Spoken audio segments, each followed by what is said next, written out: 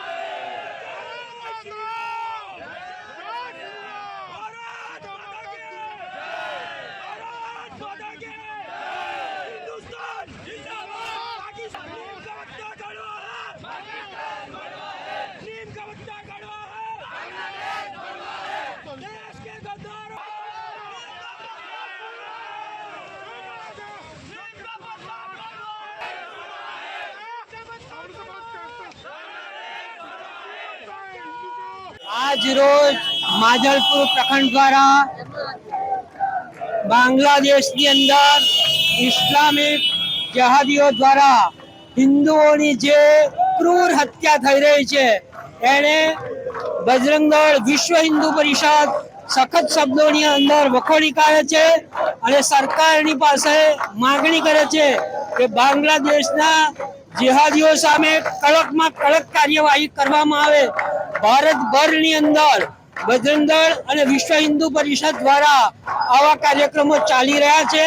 એના ભાગરૂપે માજલપુર પ્રખંડની અંદર પણ કાર્યક્રમનું આયોજન કરવામાં આવ્યું છે।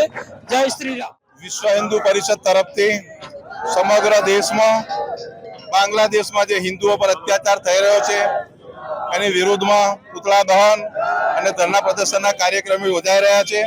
તેના જ ભાગરૂપે વડોદરા મહાનગરના માંજલપુર પ્રખંડમાં પણ આજે કટ્ટરવાદી જેહાદી આતંકવાદીઓના ઇસ્લામિક આતંકવાદના પુતળાનું દહન થઈ રહ્યું। બસ એના પર એવું જ કહેવા માંગીશ કે દરેક જે રીતના બાંગ્લાદેશ પર હિન્દુઓ પર અત્યાચાર થઈ રહ્યો છે બરાબર એનાથી દરેક હિન્દુને ભારતમાં દરેકને શીખ લેવી જોઈએ કે ભાઈ ત્યાં આગળ શું થઈ રહ્યું છે અને દરેક હિન્દુઓને આપણે એક થવા જોઈએ।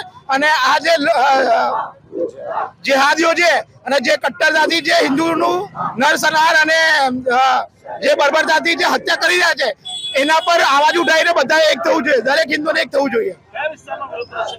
માંજલપુર પ્રખંડમાં આનો વિરોધ પ્રદર્શન થયો છે ઉગ્રતાથી। આ રીતના ઉગ્રતાથી અને આપણે પુતળા દહન કરીને આપણે વિરોધ કરવામાં આવે છે। સન્ની પરમાર માંજલપુર પ્રખંડ બજરંગ દળ થયો છે।